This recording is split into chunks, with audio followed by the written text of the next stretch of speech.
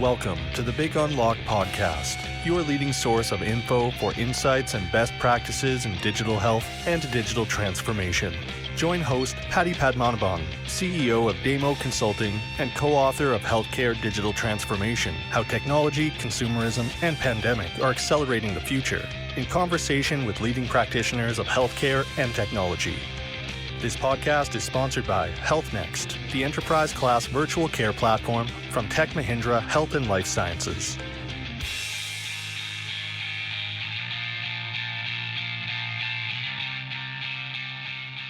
Hello again, and welcome back to my podcast. This is Patty, and it is my great privilege and honor to introduce my special guest today, Stephanie Lahr, CIO and CMIO for Monument Health in South Dakota. Stephanie, thank you so much for setting aside the time, and welcome to the show. Thanks, Patty. I'm super excited to be here. You're most welcome. So why don't we get started with this? Maybe you can tell us, for the benefit of our listeners, a little bit about Monument Health and the populations you serve. And I understand you're also affiliated to the Mayo Clinic in some way. Maybe you can talk about that too. Sure, happy to. So Monument Health is a not-for-profit healthcare system based in Rapid City, South Dakota. We serve most of western South Dakota, parts of eastern Wyoming, and a bit of northern Nebraska as well. We have 5 hospitals, 3 of which are critical access, over 40 clinic locations. We participate in caring for most medical specialties other than transplant and complex pediatric care. We have long-term care facilities, home health, pharmacy services as well. So a pretty broad spectrum of comprehensive care serving a relatively rural environment. It's several hundred miles between us and really any other substantial healthcare center. So with respect to our relationship with the Mayo Clinic, we are part of the Mayo Clinic Care Network, which is a designation we are really proud of and has been in place for just about a year. As a member of the Mayo Clinic Care Network, we have special access to Mayo Clinic's knowledge and resources. Our physicians and clinicians have an opportunity to collaborate with their clinicians, basically in an effort to, again, in a rural setting, allow our patients to get more of the care that they need and be able to stay close to home while we take advantage of that additional resource set and at no additional cost to our patients. You mentioned rural a couple of times, and I'll come back to the theme because that may be a defining or a unique attribute of your health system and the populations that you serve. But I wanted to ask you briefly about your title and your role. You have an unusual role. You are both CIO and CMIO for the health system. Can you maybe describe briefly the scope of your responsibilities and where digital initiatives fit within the organizational context? Sure, absolutely. So first of all, I am an internal medicine physician by background. I came to what was Regional Health, now Monument Health, about 4.5 years ago, and I was recruited to come here as the CMIO to lead the clinical aspects of an EHR replacement across the entire health system. The CIO that I reported to at that time began to make plans for his retirement shortly after our go live. And the CEO really saw the value in having a clinical leader with knowledge of technology as the best fit to lead the information technology division moving forward, given that there's such a tight integration and rapid evolution of technology as an enabler and transformer of healthcare. And so it was sort of decided that a combination role of CIO, where I have the responsibilities for the strategy and the management of the tools that we use across the health system to enable care delivery and business efficiency, et cetera, be combined with my clinical knowledge, my background in informatics, to then be able to leverage those skills together to make sure we were really choosing the right tools at the right time to solve the right problems.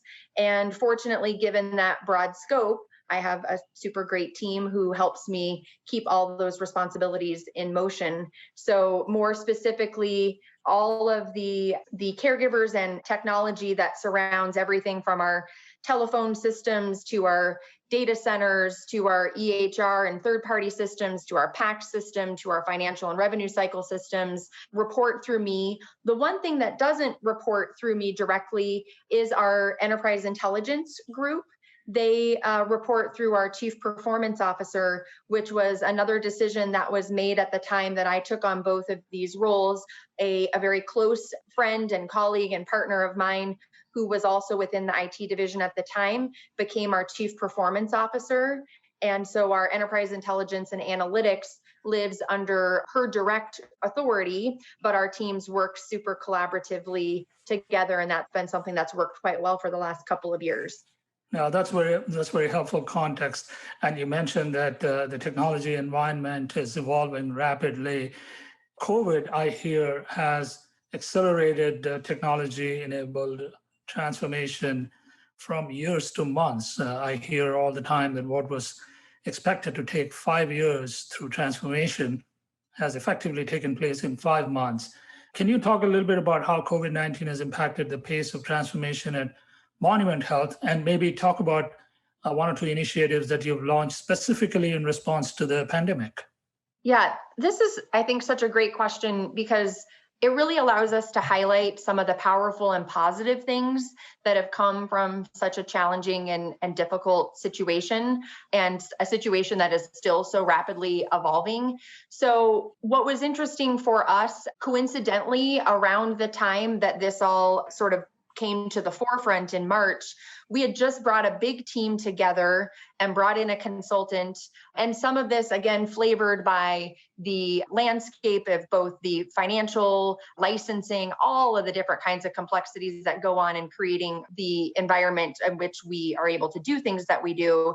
We put together a telehealth strategy. And what we were really looking at was a 2-year plan. And within about a week of that big meeting of bringing everyone together, we suddenly had a 2-week plan. And within about 5 days, we had every specialty across the entire health system live with telehealth visits. Now, there's certainly room for optimization of the tools and the workflows that we're using within telehealth, but it was a really exciting time for us to see just what we could do when everybody was rowing in the same direction and had a common goal. So that's one really exciting example that I'm proud to share. That story is so familiar to me when I talk to health systems executives across the board. The order of magnitude of the change, the number of telehealth visits, the increase, in the immediate wake of the pandemic, that is, and across the board, it's been a dramatic change. But for the most part, everyone seems to have pulled through. And to your point, I think optimizing the technology environment is an ongoing process. And so I guess over time, it'll all settle down. What about the remote workforce? Can you talk a little bit about that? How did you enable them? Yeah, absolutely. So my team, the IT team, had already been sort of transitioning toward a work from home model part-time. This was really advantageous to the whole organization. We didn't realize how sort of lucky we were to have already been making those moves, because we had established a really strong foundation for the technology that was needed and where the bumps in the road might be. Living in a rural geography, one of the things I often talk about, some of our physicians, and as we talk about wanting to do telehealth visits from home and things like that, I remind people, I sometimes have physicians and other caregivers who live between 2 slabs of granite here in the Black Hills. And that can create some obstacles when it comes to having appropriate connectivity and those kinds of things. But we already had experience working through some of those challenges. We had a robust virtualized desktop environment. So from a security perspective, from a workflow perspective, even from a policy perspective, we had done a lot of the work with HR and compliance and those teams to have a foundation. So that was actually almost too easy for us. It didn't even really take a lot of effort. It was more just in a matter of figuring out, okay, who else beyond the IT team needs to work from home? What additional hardware might they need in order to do so? And we've been really successfully enabling several hundred of our both clinical, but not directly patient-facing caregivers, as well as many of our corporate service caregivers, to be able to work successfully from home for the last 7 months. And I really don't know that I see those teams ever coming back to our physical spaces in the way that they used to be in our spaces before. So that certainly has been a really positive thing. I think a lot of our caregivers have appreciated that opportunity, both from the standpoint of how it impacts their personal ability to make decisions in their own personal safety, and how much they want to be, interacting and around other people, depending on what their personal situations are. It also is something that has allowed us to have our caregivers adapt to so many of the other cultural things that have happened in the landscape of the fabric of our society. Everything from schools and our other support systems, whether that's daycare or other childcare options, have all become more complex. And having opportunities to be able to keep people productive and working successfully at home, I think is a huge win, and something I think that is here to stay. That's such a great example.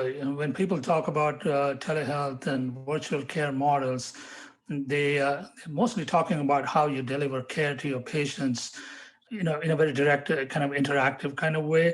But this is a great example of how you're actually enabling your remote workers, caregivers, clinicians, using technology to work just as effectively as they would if they were on campus. And that's a great example, actually, of digital transformation too.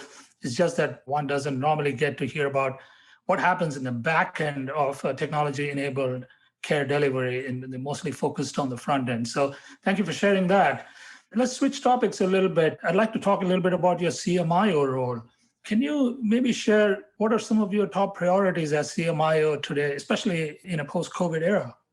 Yeah, so I will tell you that during the time period of the early days, as we were trying to understand kind of clinically how all this was going to come together, and actually for us, because we've had a bit of a delay in sort of the pandemic impacts on our numbers, and are really seeing probably higher numbers now than we really have ever before. It's a very interesting experience to be a physician who is not on the front lines. And so it has been really, really important to me to offer to my colleagues, but both the physicians as well as the other clinical team members, tools that can help them help patients and also keep them as safe as possible. So telehealth is one of those options. I think it's traditional, some of the more common things that we think about telemedicine, as far as a patient being at home and a physician being either at home or in their office, and being able to, maintain that relationship and the connectedness, which is wonderful. But in our hospitals, there are really challenging situations that we're asking our clinical caregivers to walk into every day. And if there are elements with technology that I can use to help them monitor a larger group of patients with a smaller number of caregivers or providers, or that would allow them to have safe interactions with those patients, where instead of having to go into a patient's room 2, 3, or 4, or 5 times a day, they may be able to go in just once or twice. That has been, really, really very important to me, to make sure that I was supporting my colleagues in that way. Bigger picture, than that, and kind of outside response to the pandemic, I think that we are seeing more than ever that clinical care, it's hard work. It's emotionally hard work. It's physically hard work. It's intellectually hard work. And the people that are providing that care need all the tools they can get to make them good at their job. They've all, whether we're talking about nurses or therapists or physicians, they've all gone through years of training and specialization and licensing to be the best that they can be. And we have so many great tools available, and burgeoning tools available, to really help augment what they're capable of doing, because the data sets that are available are not getting any smaller. The human mind is not getting any bigger, and the day is not getting any longer. And so how do we really help people be efficient, avoid burnout? The whole other aspect, I think that's really exciting right now, that I feel needs both my combination of my clinical background as well as the technology side and informatics, is that of patient engagement.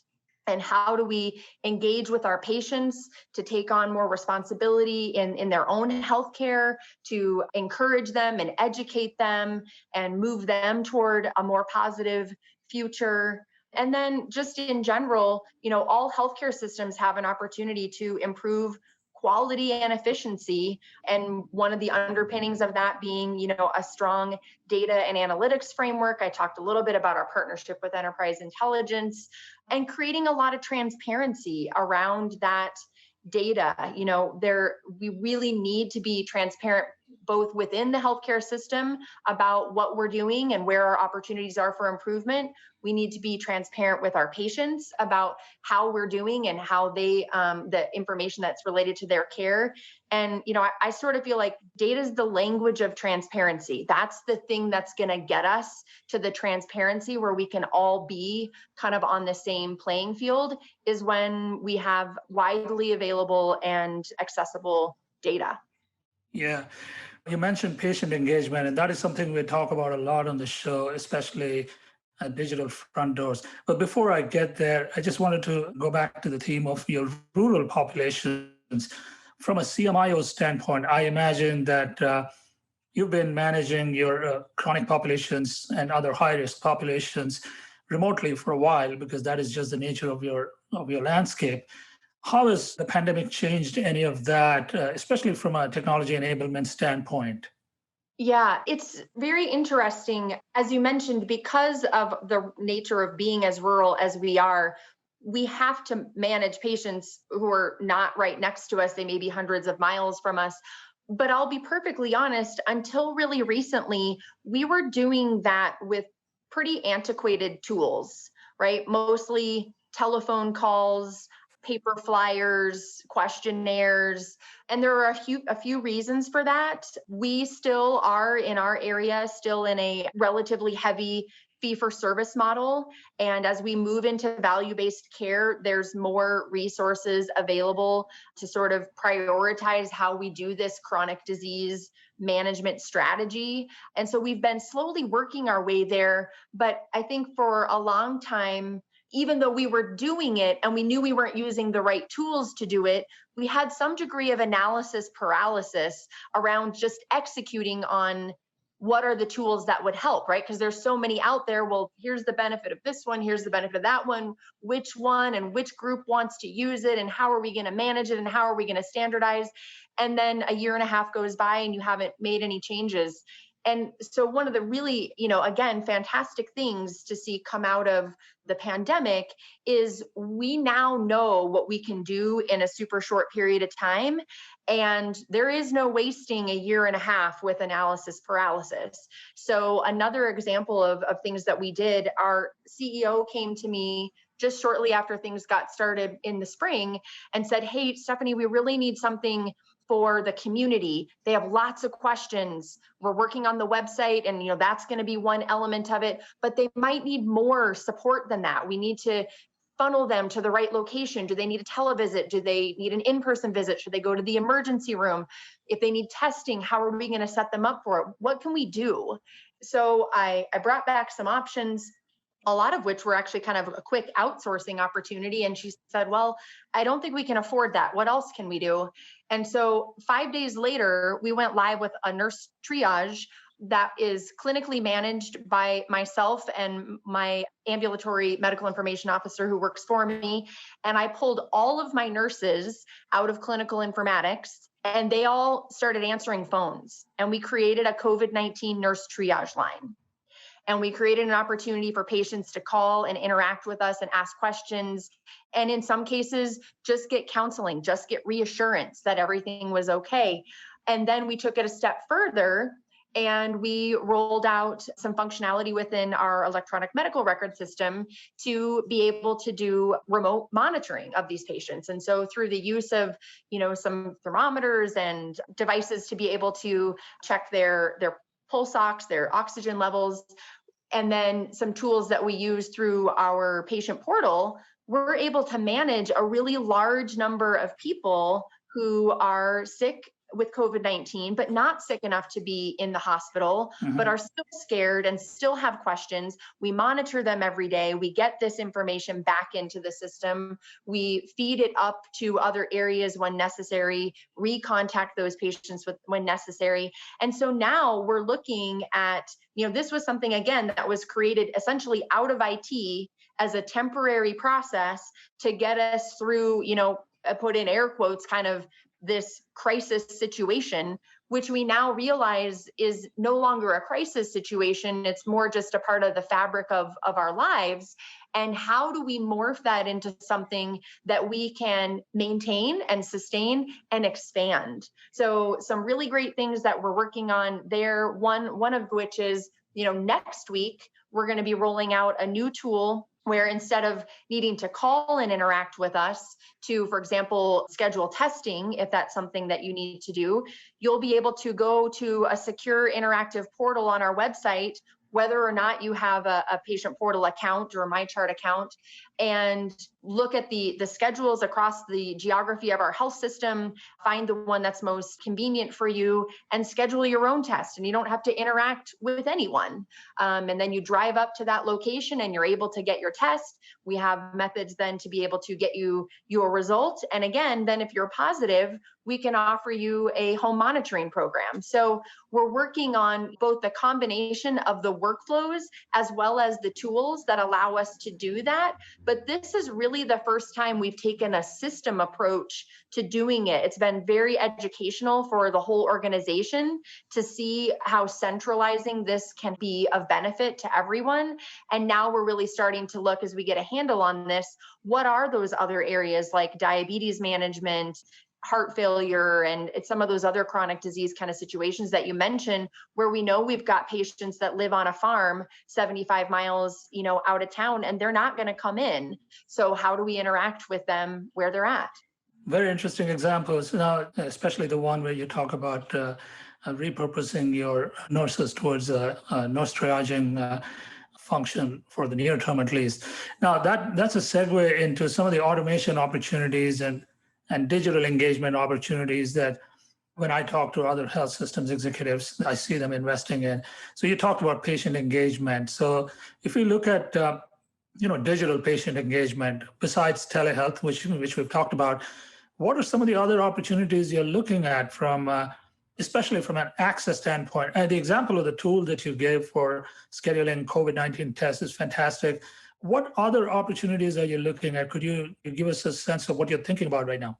Yeah, so some of the things that we are looking at are tools that will allow our patients and their families to get updates on things that are happening, particularly when you look at the inpatient environment for hospitalized patients or patients that are going through surgery. Right now, we limit the number of visitors. Even when we're not limiting the visitors, again, if your family lives 100 miles from here, they likely are not going to be all coming to Rapid City, for example, when you have your surgery or if you're hospitalized. Right. So we are looking at some tools that help keep both the family and the patient, depending on the scenario, up to date on what's happening, and creating sort of automated tools where as different elements happen and different progress is made, that it automatically lets people know that we've had, sort of a successful transition to a next stage, but also allows for personalization so that if there are things that need to be more specifically shared or discussed with a patient's family, we can have a portal and a way to be able to share that information. So that's one, I think, really major opportunity that's a combination of using some automation, but also bringing in the personalization. Mm-hmm. And I think that's going to be really key in healthcare as we look to automation, is how do we maintain a personal experience using automated tools so that, again, our teams can do more. We can take care of more people, but it still feels personalized. I think, there are a lot of great tools out there. I look to the airline industry. There are some cool things that they do, when their call volumes are high, when they need to make adjustments to things, and the way they communicate with us is all become very automated. It's not super personal, but we don't have an expectation really that the airlines interact with us in a very personalized way. We have to take it a step further in healthcare. We can leverage the same tools that they are using, but we have to push them to go a little bit farther so that when they reach a certain point or a certain scenario develops, we can add personalization into it as well, so we don't lose that connectedness with our patient population. Yeah, that's so well said. Okay, we are coming up to the end of our time here, Stephanie, and I'd love to close out with one more question. You've had to live through some dramatic changes in the wake of COVID, and there's some fascinating examples you've shared with us. If you had one best practice that has emerged from this experience that you would like to share with your peers in other health systems, what would it be? Yeah, I think this is really poignant at this time. For me, where I'm at and what I'm talking with my teams about a lot right now is it's time to change our focus from optimization to transformation. As a leader in healthcare IT, it's not only appropriate, but essential for us to take the lead. I think we over time have been reluctant. Even as a physician, I at times will set myself aside and say, well, operations, really has to own and has to lead this. Absolutely, you have to have a strong partnership. But the reality is operations is trying to operate the business today. They don't necessarily have the time and the skills and the connections to understand what else is out there to change the work that we're doing today from one kind of work to another and really transform it. And so it's time to the optimization work will always be there, but we've got to start thinking transformation. And we have to, as IT leaders, be willing to lead that charge, tightly connected to our clinical and operational counterparts, but we really have to take the lead. Well, that is so well said. I'm afraid we're going to have to leave it there. We've run out of time, but it's been such a fascinating conversation. Stephanie, thank you so much once again for setting aside the time, and all the very best to you and your team. I look forward to staying in touch. Absolutely. Thanks so much. We hope you enjoyed this podcast. We invite you to subscribe to our weekly newsletter, The Healthcare Digital Transformation Leader. Write to us at info@thebigunlock.com with your feedback and questions.